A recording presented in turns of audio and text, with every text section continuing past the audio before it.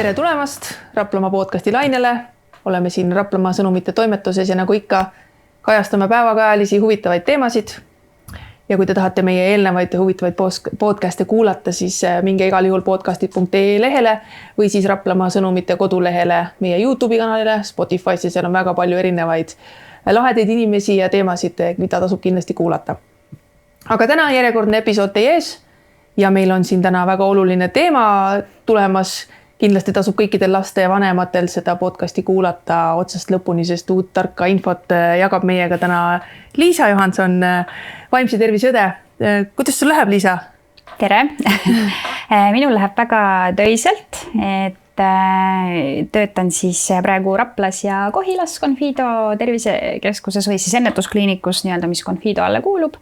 Ja on palju vastuvõtte nii laste, noortega kui ka täiskasvanutega. Sul on väga pikaaegne kogemus oma erialal, et 11 aastat ma vaatasin, oli sul kodulehel kirjas. Et kuidas see sinu jaoks alguse sai?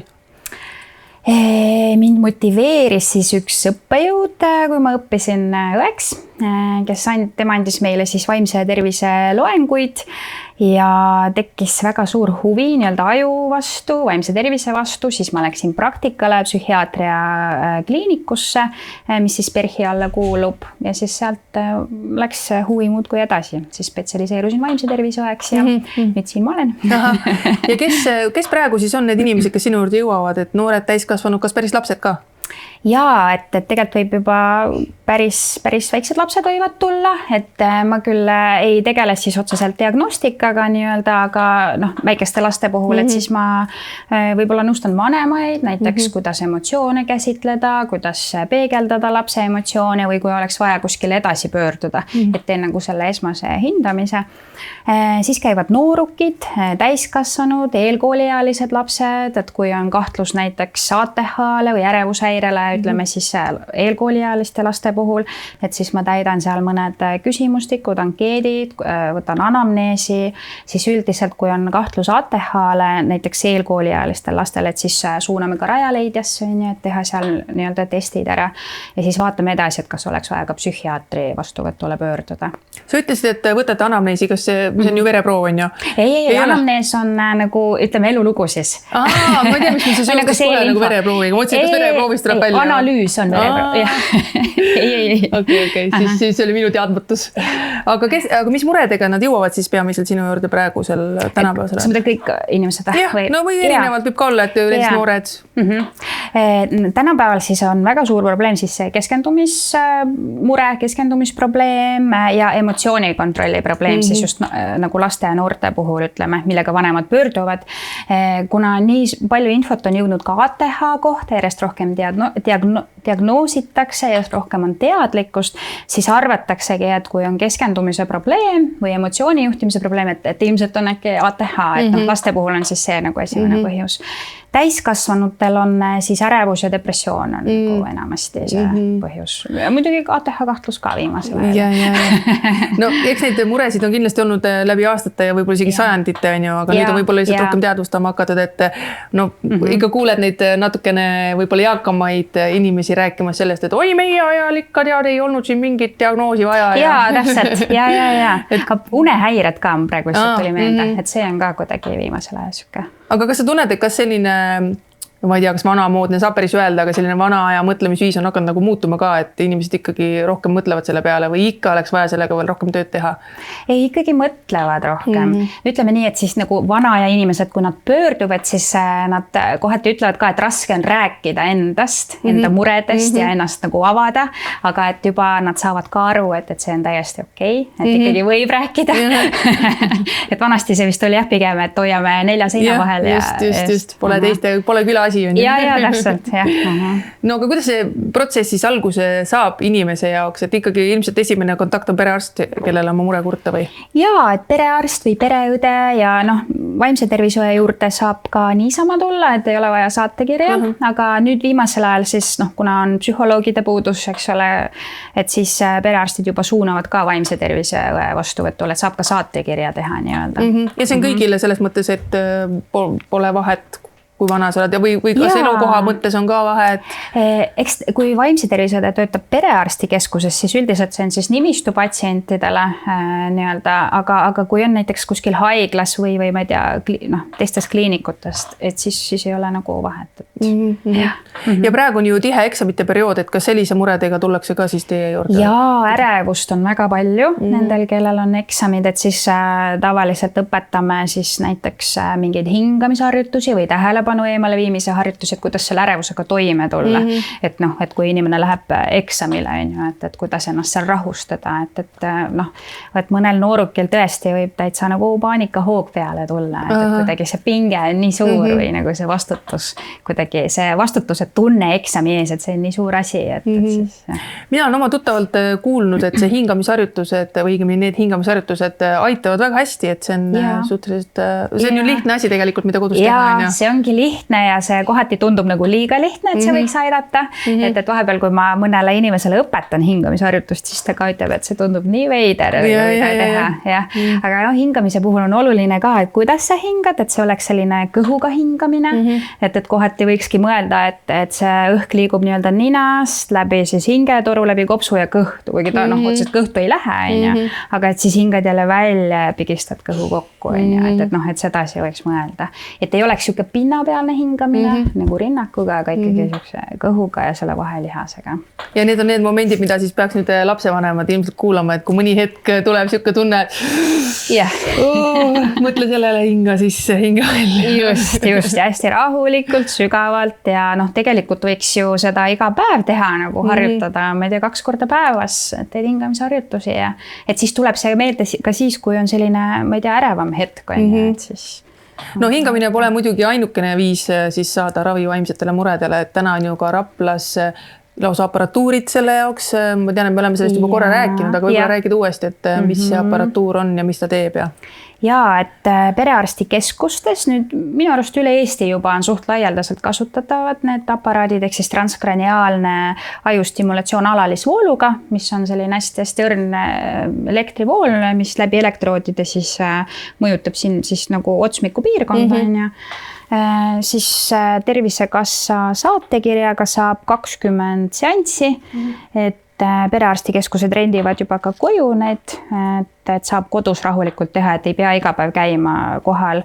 Et see ongi siis depressiooni raviks mõeldud. Ja depressiooniga tihtipeale kaasnevad ka keskendumisraskused, uinumisraskused, une nagu hoidmise raskused, ka ärevus. Et üldiselt on päris head tulemused olnud nende aparaatidega. Et ei pea kohe nagu ravimit ka kasutama, et võib seda proovida. Kuidas üks lapsevanem võiks ära tunda, et tema laps näiteks vajab abi, ja kui tegemist on ikkagi väga väikse lapse, ütleme siin 3-4-5 isegi või ma ei tea, kas nooremad käivad ka veel või? Ja üldiselt nooremad just väga ei käi, 3-sed on näiteks tulnud, 4-sed, et üldiselt pöördutakse sellega, et laps on väga võib-olla selline vihane või trotslik, et ka võõraste inimestega, et vahel ikka ema või isaga ollakse, aga et on selline kõigiga kuidagi siuke suur väljaelamine. Lasteaias näiteks teiste lastega on keeruline läbi saada või mängida, et toimub siukene asjade loopimine ja näiteks midagi sellist, et siis hakkame vaikselt analüüsima ja vaatame, et mis selle taga võib olla. Aga mis need põhjused siis tavaliselt on, mis seal taga on? Viimasel ajal on suur põhjus ekraani liigne kasutamine, et on siis juhtunud nii, kusjuures aga ma ise ka, et kui ongi laps on haige, mul on vaja kodus tööd teha, paratamatult see ekraan nagu saab kasutust, aga väikse lapse aju jaoks on see tegelikult väga-väga suur koormus ja ülestimulatsioon, et kui viimasel ajal on ette tulnud, et ikkagi tundide kaupa on lapsed ekraanides, et näiteks siuke lapsehoidja on see ekraan kippunud olema ja tegelikult ongi arusaadav, kui ei ole näiteks tugivõrgustikku, aga on vaja midagi teha, et siis see ekraan on tänapäeval nagu väga lihtne viis, mida kasutada. Kas see ekraan on siis üdini halb selles mõttes lastele või on ikkagi seal, et kui sa oled mingi kindla aja, siis ei ole hullu ja see võib olla isegi natuke ka arendava suunaga või kuidas see tunnetus on, et noh, öeldakse ju ka muidugi, et mingist eluaastastest pole üldse mõtet anda ekraani ja mingitest on nagu siis okei, et kuidas seda tasakaalu leida? No ütleme nii, et mida hiljem, seda parem. Kui on võimalus, siis ei kasutaks üldse väikestel lastel, on ju, et noh, koolis parajasti ma saan aru, ikkagi peab kasutama juba esimeses klassis vist ka. Et mingid asju tehakse vist tundides. Jah. Et iseenesest mida vähem, seda parem, sest et no ikkagi seal on liiga palju infot väikese aju jaoks, on ju.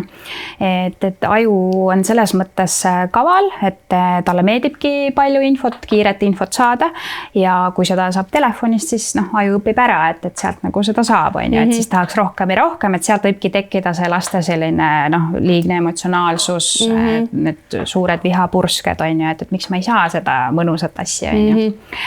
Aga et noh, kindlasti mida võiks jälgida, et kui see ekraan anda, et see video või ma ei tea, mäng ei oleks siis liiga värviline, liiga selline kiire, et need videod näiteks ei vahetuks liiga kiiresti, et praegu on populaarsed need shortsid, on ju.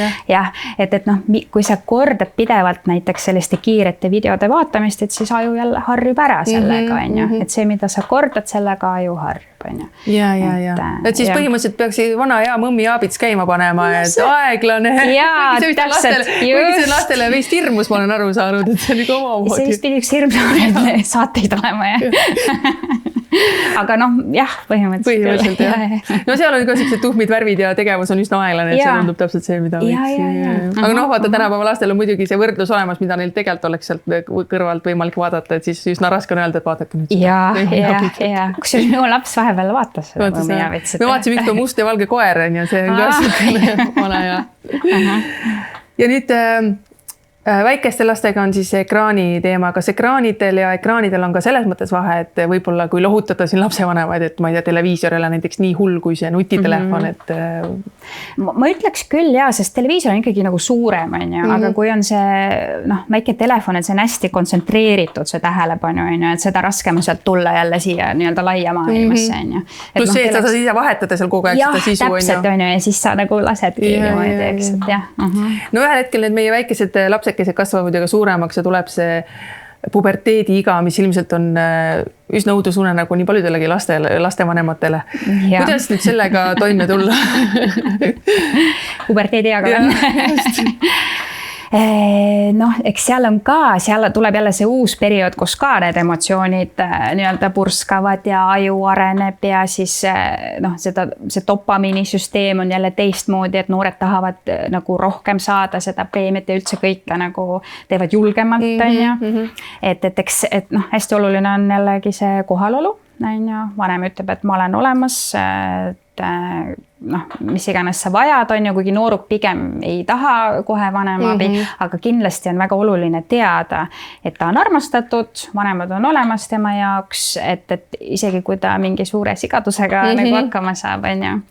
Aga samamoodi ka ikkagi see päevarutiin või noh, see on ikkagi oluline vanemate poolt jälgida, et noor sööks korralikult, jooks, et jah, tihtipeale on peavalud ja kõhuvalud on noorukitel ka ja et siis tulebki välja, et nad ei söö ja ei joo vahepeal, on ju, et noh, koolis jääb söömata, õhtul võib-olla on vanemad pikalt tööl või on vahetustega töö, et see on arusaadav, on ju, aga et siis noh, noor kuidagi ka endal ise süüa ei tee, et siis tegelikult on seal päris mitmeid tunde söömata, joomata, et jah, et nagu vanemad võiksid ikkagi jälgida, et rutiin oleks paigas, et nooruk ei oleks ka liiga palju ekraanis, on ju, et kui noh, ma ei tea, koolitööd saavad ekraani taga tehtud, et siis ikkagi läheks õue ja suhtleks ja loeks raamatut, on ju, et samamoodi aju ju tahab kiiret informatsiooni, noorukid ka on väga palju arvutis, et siis kaob see suhtlusmoment ära ja kuidas nii-öelda suhelda või sükest nii-öelda aeglast infot siis nagu omastada või kuulata, et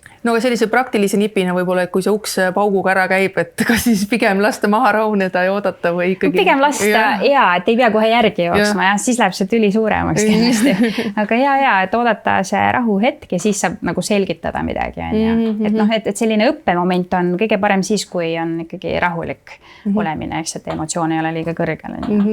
Aga kas on kuidagi, ma ei tea, kas vanuseliselt või kuidagi ajukeemias, et mis hetkeks ikkagi inimene enam-vähem suudab oma emotsioone hakata kontrollima ja teadlikult teha mingeid valikuid. No öeldakse, et 25. eluaastaks võib midagi tekkida, aga no see oleneb ikkagi väga palju sellest, mis keskkonnast inimene tuleb, kuidas vanemad on ise oma emotsioone reguleerinud, sest et noh, lapsed õpivad väga palju ikkagi eeskujust. Et see, kui sa ütled, et sa pead nüüd olema nii või naa, et noh, sellest nad üldiselt ei õpi, pigem see, mida nad näevad, et kuidas vanemad ees käituvad. Aga ja üldiselt nagu ajukeemia mõttes jah, et ütleme seal 25. eluaastaks, et jah. Et noh, et ei tasu oodata siis noorukilt, kes on näiteks 18 saanud, et nüüd ta on täiskasvanud ja nüüd ta käitub nagu täiskasvanud. Kuigi ka paljud täiskasvanud ei käitu, noh, nii ütleme võib-olla küpselt, eks ole, et jah. No, mis sina ütleks selle kohta, et praegu ju räägitakse ka palju sellest rahulikust vanemlusest on ju, ja see ikka täielikult erineb sellest, mida noh, näiteks ma ei tea, minu vanaema tähendab omal ajal, kuidas teda kasvatati ja kuidas tema kasvatas. Et kas see tõde on seal kahe vahel või ikkagi see rahulik vanemlus on see, mille poole me ikkagi millega me aina edasi rohkem? Ja noh, selles mõttes rahulik vanemlus võiks olla jah, et kui sa nagu, noh, selles mõttes, et emotsioonid on meil kõigil, eks ole, et võib juhtuda, et karjud lapse peale, aga et noh, mis on oluline siis, et vabandada ja selgitada lapsele, et kuule vaata, et mul oli ka raske päev, on ju, ma nagu tõesti, ma ei tea, olin nii vihane, et anna andeks, et ma karjusin su peale, on ju. Et see juba õpetab ka lastele, et okei, et vaata, et tegelikult on okei vahepeal vihane olla, endast välja minna, aga et noh, tegelikult tuleb nagu rahuneda ja vabandada, on ju. Et ja noh, rahulik vanemlus, et on minu arvates on see, et me nagu austame last, aga samal ajal ikkagi piirid peavad ka olema. Just. Mitte, et nüüd jah, et kõik ainult lapse heaks ja kõik, mis laps ütleb, et seda nüüd vanemad kõik teevad, eks ole, tegelikult peavad ikkagi piirid paigas olema ka. Aga et noh, niimoodi rahulikult lapsele selgitada piire, miks midagi on ja. Ja ega see kõik ju kogu see teooria ja kõik see praktilised näited, need käivad ju täiskasvanute kohta samamoodi, kõik see uni ja... Absoluutselt, jaa. Aga mida sina ütle, mis see kõige suurem tegur on inimesel, et ta suudaks oma emotsioone, mis aitaks tal neid emotsioone kontrollida, kas just see uni, liikumine, no ma saan aru, kõigi sümbioos on ju, aga kui kõik ei jõua midagi valida. Peab kõike jõudma. Valid spordi või une. Jah. Eks see tasakaalu leidmine tänapäeval on keeruline, et on kiire kogu aeg, 100 tegemist, aga no uni on väga tähtis, on ju. Et kui on, ütleme nii, et noh, kõigil tuleb ette magamata öid, et see on okei, on ju. Vahel tuleb 2 või 3, aga kui ikkagi juba seal ütleme, noh, pikemat aega, ütleme 2 nädalat juba ei saa üldse magada, on ju, et siis peaks midagi ette võtma. Et tavaliselt siis tekib ärevus või noh, tõuseb ärevus, on ju, keskendumine läheb keerulisemaks, ongi raskem emotsioone kontrollida ja nii edasi, et noh, siis kas siis pöörduda kuskile või vaadata üle, et mis see mul magamist segab, et kas võib-olla olengi ekraanis näiteks enne und liiga kaua, on ju, et üldiselt võiks tund aega enne magamist ekraani juba ära panna. Jah, või noh, või mingi stressor seal, on ju, et eks siis tuleb nagu üle vaadata, et mis see segab. Tavaliselt inimesed räägivad sellest, et nad saavad vähe magada, aga on ka neid inimesi, näiteks mina, kes magab päris hästi, iga päev 10-7, ikka ma tunnen, et ma tahaks veel magada. Kas see on mingi vastupidine probleem? Huvitav, aga vereanalüüs oled andnud? Olen küll, jah. On sul kõik korras, vitamiinid on kõik korras? No see on jälle täpselt siuke nagu teistmoodi, et kui inimesed muidu vähe uneaega, siis mul on seda palju piisavalt, aga ikka kuidagi... Aga äkki on vähe sinu jaoks ikkagi? 9 tundi. Eks peab seal võib-olla lahti võtma, et mis sul on, äkki sul on liiga palju tegevusi päeval ikkagi. See võib küll olla, jah. Jah, et sa ei jõua välja puhata näiteks on ju ikkagi. No täiskasvanute uneprobleemid on vist üsna sagedased, eriti võib-olla suvisel ajal, kui nüüd suvi peale tuleb, et siis ollakse kauem üleval ja on... Ma ei tea, kas ainult suvel, minu arust see on nagu aastaringselt on neid probleeme, vähemalt need, kes siis jõuavad vastuvõtule, et ei ole ainult suvel. Suvel võib-olla isegi on lihtsam taluda seda väsimust, ma mõtlen, et siis on valgem. Jah, et talvel on pigem see, et ongi kogu aeg pime ja sa oled väsinud ja siis see pimedus ka väsitab, aga eks seal on ka erinevaid asju, aga väga tihti on see nii-öelda elustiil siis jälle, et magamineku aeg ja ärkamise aeg võib-olla varieeruvad liiga palju, et üldiselt võiks olla enam-vähem sama graafika nädalavahetustel või puhkuste ajal, on ju. noh, siis jälle ekraaniaeg, eks ole, et kuidas see õhtul on ja vahel kiputakse tööasju ka õhtul tegema ja siis jääb aju aktiivseks, siis sa lähed sealt ekraani tagant kohe nagu magama, aga und ei tule, et ikkagi mõtted ketravad, on ju. Just, trenniga on kusjuures samamoodi, et vahepeal trenni aeg läheb hästi hilis õhtule ja siis, kui sa sealt tuled koju, siis on ikka adrenaliin alles sees. Just, täpselt. Ja. Et siis võiks joogat teha. Joogat, jah. Iga hommik ärgata või hommikul ka joogat päeva alustamiseks. Ja, midagi. No meil on nüüd hingamisharjutused, meil on need aparaadid, aga kui ikkagi üldse need ei aita, siis tegelikult on ju ka täitsa ravimid olemas. Ja kuidas nende võtmine selles mõttes käib, kas neid ka lastele kirjutatakse? No päris väikestele pigem harva, et see oleneb, eks ole, et noh, kui on seal näiteks ATH diagnoos tuleb seal välja, et no siis juba väikestele ka ja kooliealistele ka. Antidepressant, noh, pigem juba ütleme seal, no noorukitele näiteks kirjutatakse ja siis täiskasvanutele. Et see on väga individuaalne, eks ole, et seal tuleb vaadata, kas on vaja, kui palju on vaja, miks on vaja ja nii edasi. Et eks see on niisugune pikem uurimine. Ja nendega ei pea ju seda hirmu olema, et nüüd, kui sa hakkad neid võtma, et siis sa pead terve elu neid võtma. Ei, kindlasti mitte, et see, noh, ATH-ravimitega ilmselt on niimoodi, et elu lõpuni, et aga antidepressantidega on üldiselt kuur vaja teha. Või näiteks unerohtudega ka, et võtad mõnda aega, et saaks välja magada ja siis tuleb vaadata, et noh, see rutiin paika saada ja nii edasi, et vaadata, mis seal taga siis on uneprobleemidega. ATH juurde tulles, siis see erinevates seltskondades ikka jälle tuleb jutuks, et süke tunne, et meil kõigil on tegelikult väike ATH. Kuidas nagu seda siis selgitada, et mis hetkel ikkagi sa pead nagu tõsiselt sellega tegelema ja see ei ole lihtsalt see, et sulle meeldib mitut asja korraga teha ja hästi palju korraga teha.